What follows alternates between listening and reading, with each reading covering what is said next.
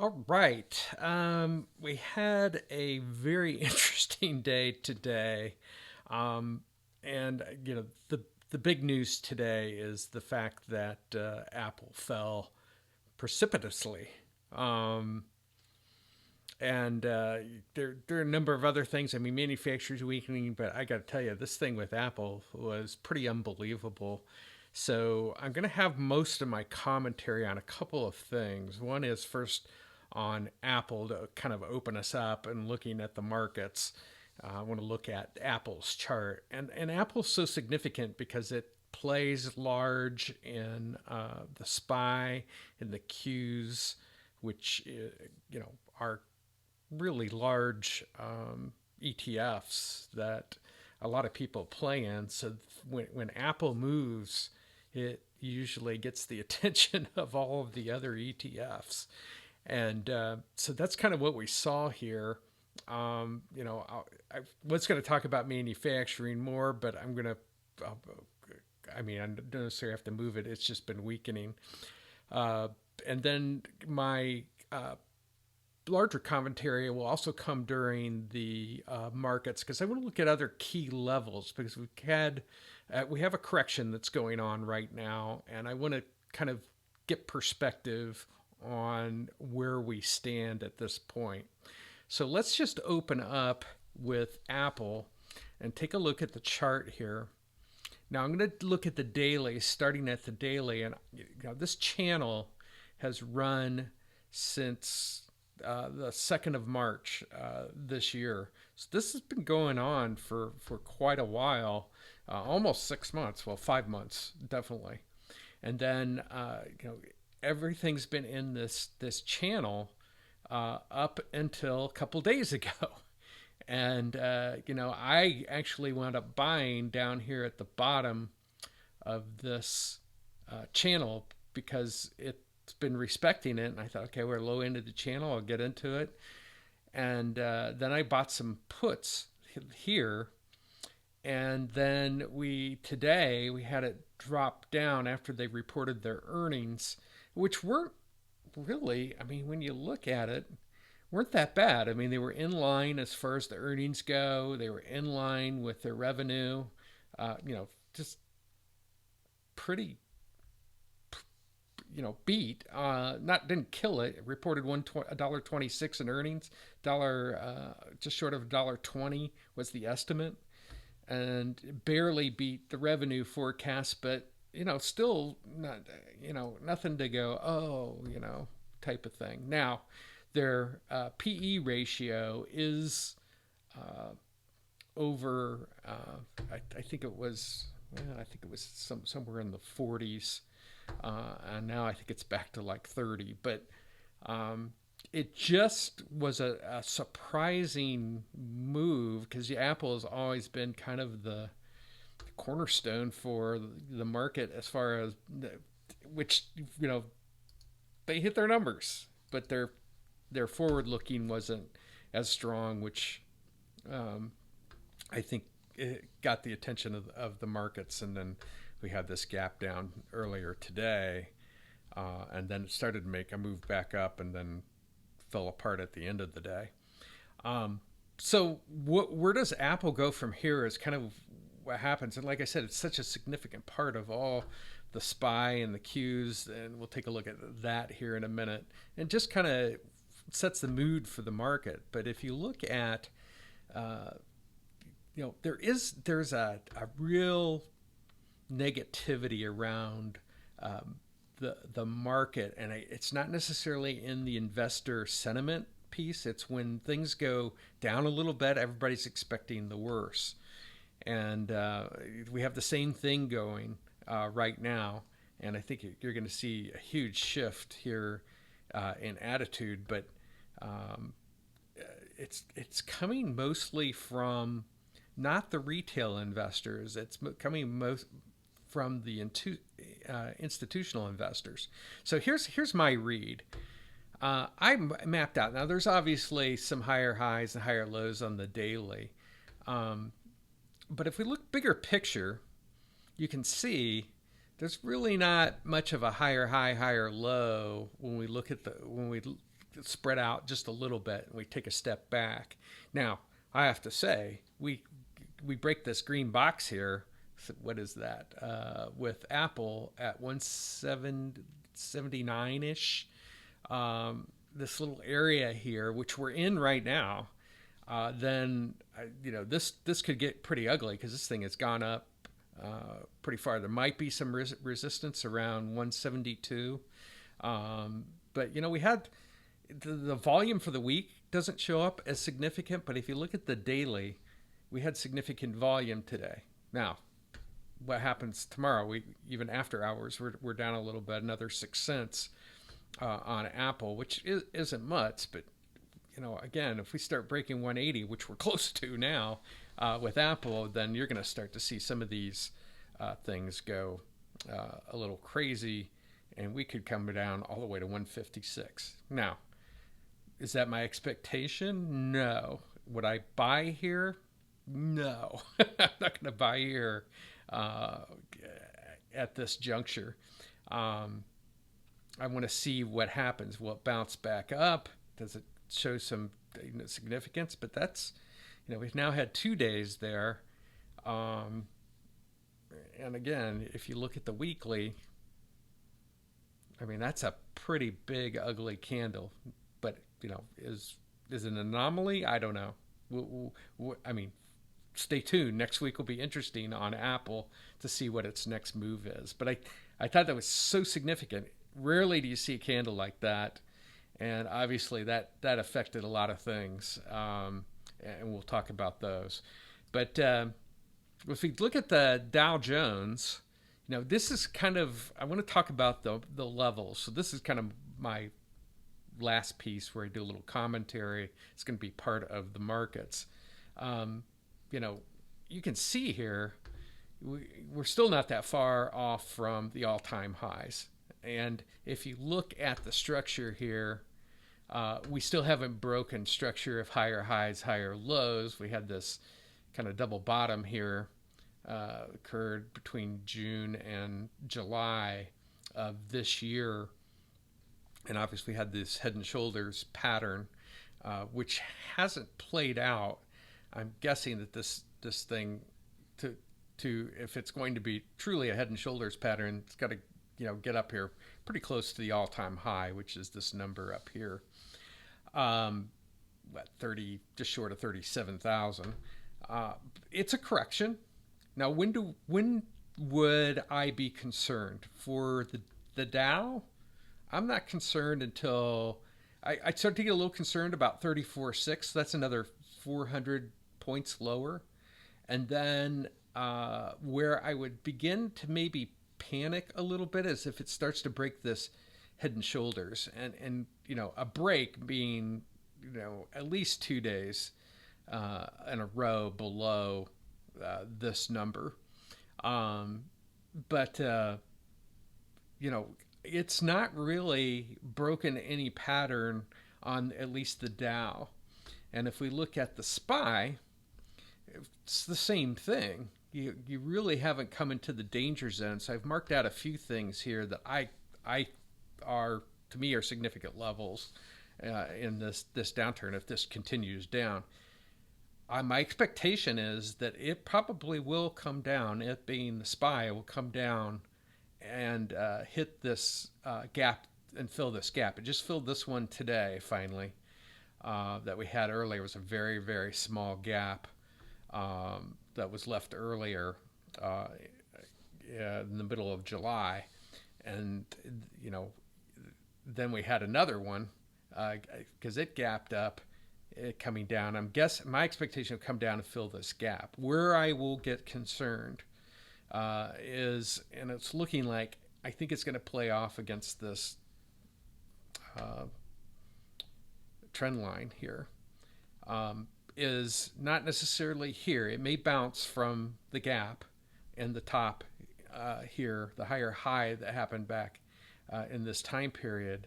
But I get concerned about maybe right in here, and definitely concerned at 431. But I'm probably playing puts at this point when it gets down here. And this is recommendations. I'm just thinking potentially what I might do.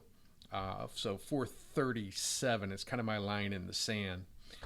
And then we also look at the Qs here. And, we have the gap to fill now up here because we had a gap down. Then today, it started up. I thought we were, maybe going up to fill that gap. But it turned late in the day, and you can just see this. Let me go to something a little bit more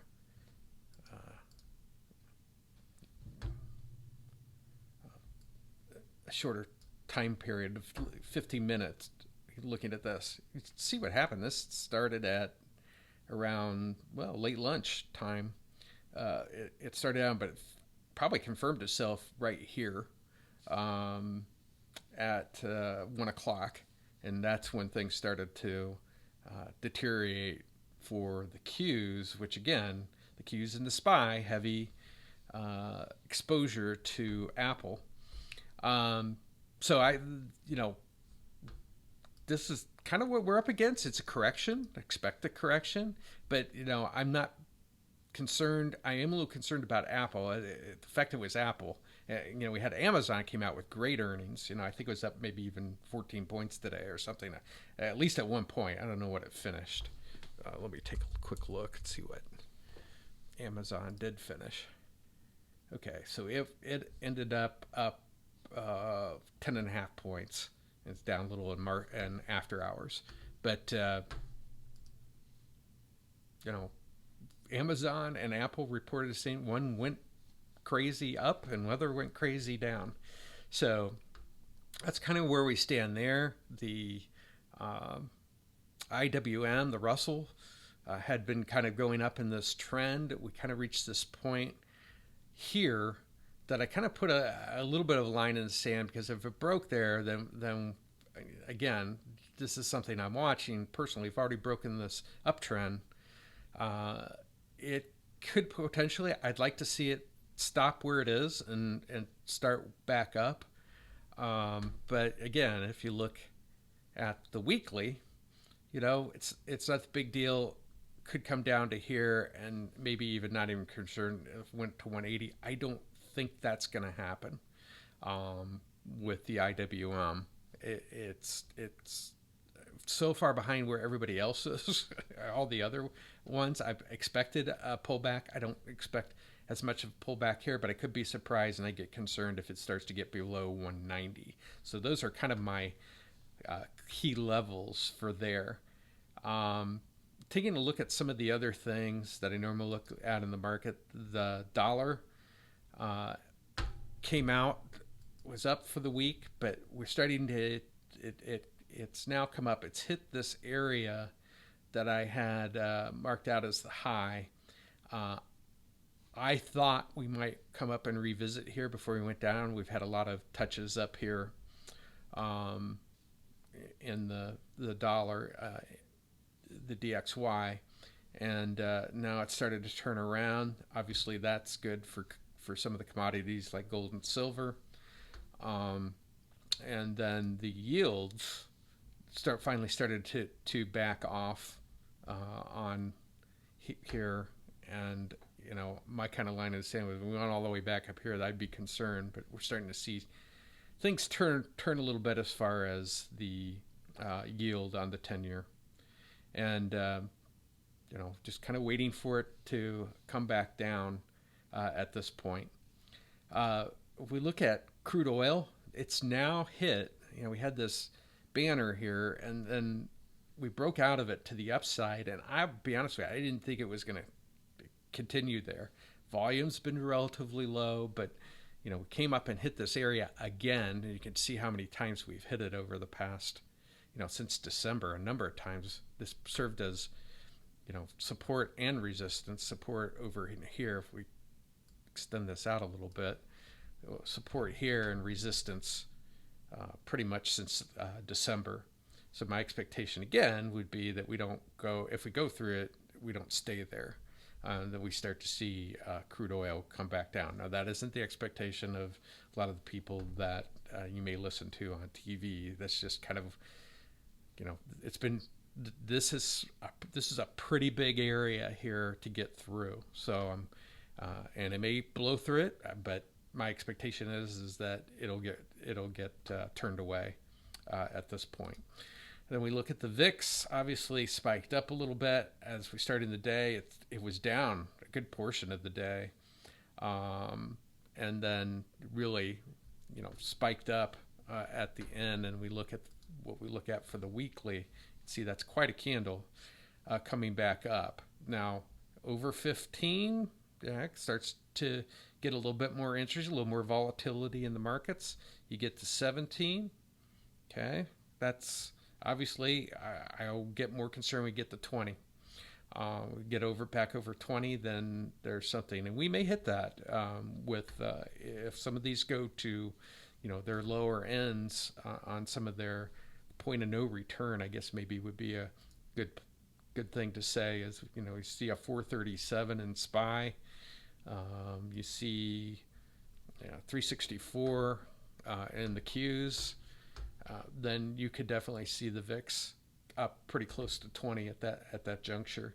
And when we look at what the economic calendar is looking at for next week, we have a few things not at the beginning of the week, so we may continue this trend down that we're seeing in the markets, and see the VIX continue to just kind of slowly go up and make its way towards 20.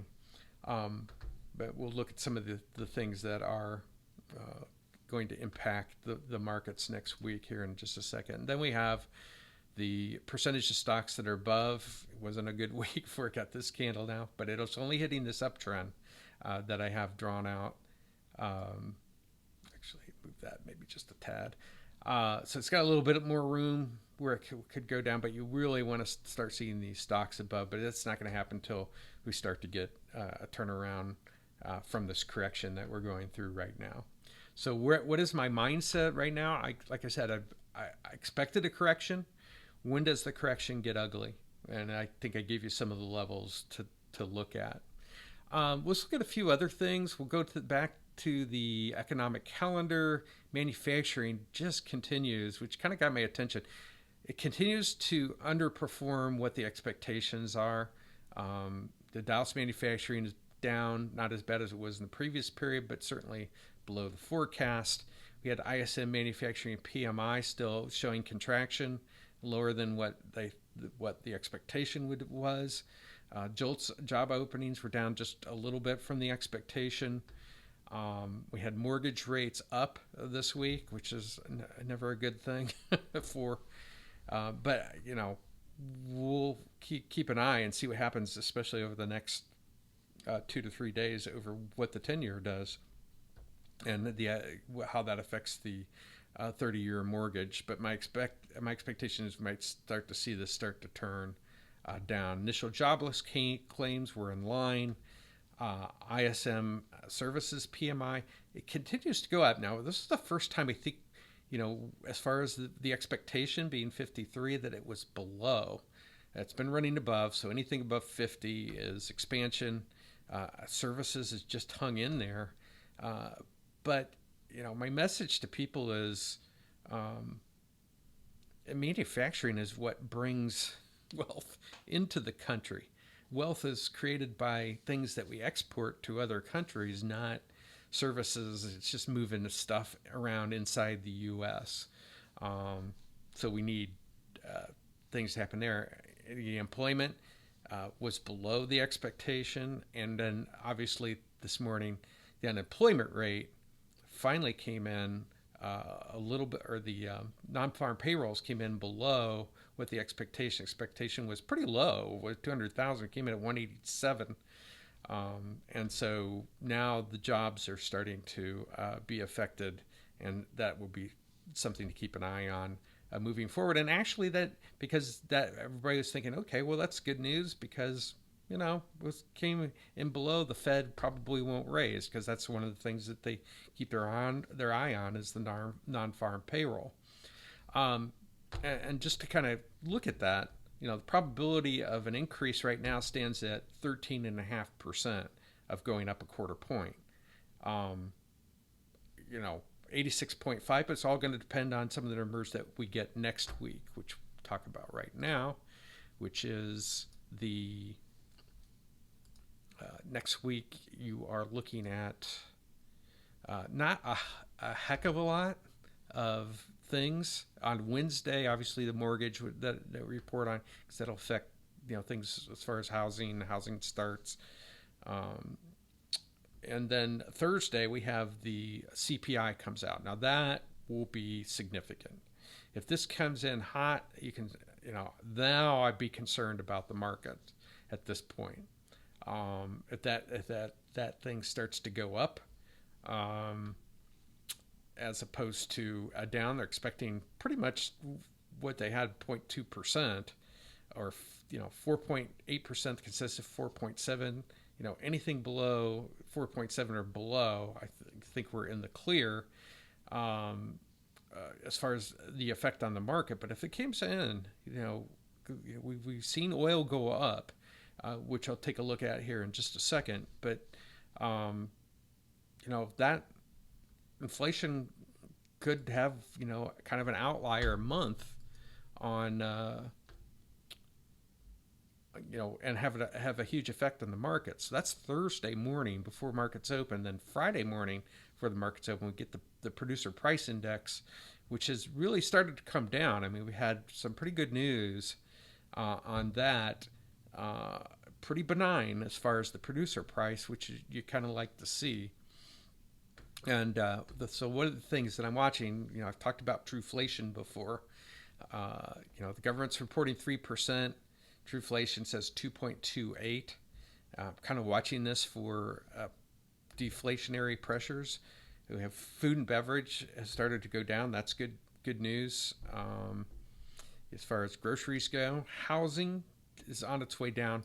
But you can see now we have this little bit of the transportation. Gasoline kind of making its way up. It had gone down quite a while for quite a while. Kind of this cup formation that's made, and it's still down. But we've also had the oil prices go up, and we are complete idiots as a country for not developing fossil fuels. We are just shooting ourselves, and we're giving all this business to China oil companies because ESG won't allow American companies to go for some of these oil projects. And they get in on the board and they say, no, you need to be green. And so we're going to have a real problem. David Hunter has predicted that with all these turning back these U.S. companies for oil, we're going to have problem getting oil when we need it. And we need oil to drill, to mine the minerals that you need in order to become, electrical, which everybody wants. But you don't just snap your finger and make that happen. Utilities are down. Clothing. A lot of these things have kind of stair-stepped their way down. The big one that's going to affect things on Thursday on the CPI is obviously going to be oil. And again, I'm hoping, we're in that kind of danger zone with oil. Go back there real quick. Oops. And, we're in this zone here where oil, we really need that to kind of, turn around there. But if it starts to spike up, then the market, everything has to be taken off the table as far as, what happens. And David Hunter's forecast, he's looking for it to make its way to 60. And the DXY to make its way down to, first 95. And then, we've got some things to go through now in order to get there. But, we had a pretty good start. It looks like a little bit of a turn today on the dollar. So that's kind of, what we're looking at. We look at the fear and greed index. It dropped good 10 points from a month ago and 8 points. If we start hit some of these lower numbers in this correction, this thing will probably make its way all the way back to neutral. But it's really the institutional investors that I think are the ones that want to pull this back. There's no doubt the earnings that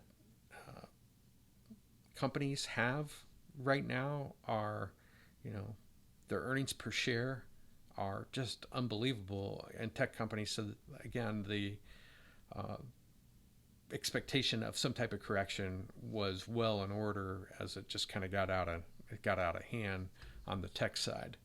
So anyway, that is a look at that. I'm everybody should be watching what Apple does next week. Some of the levels that I pointed out earlier, and that will probably be the key to some of these levels being hit.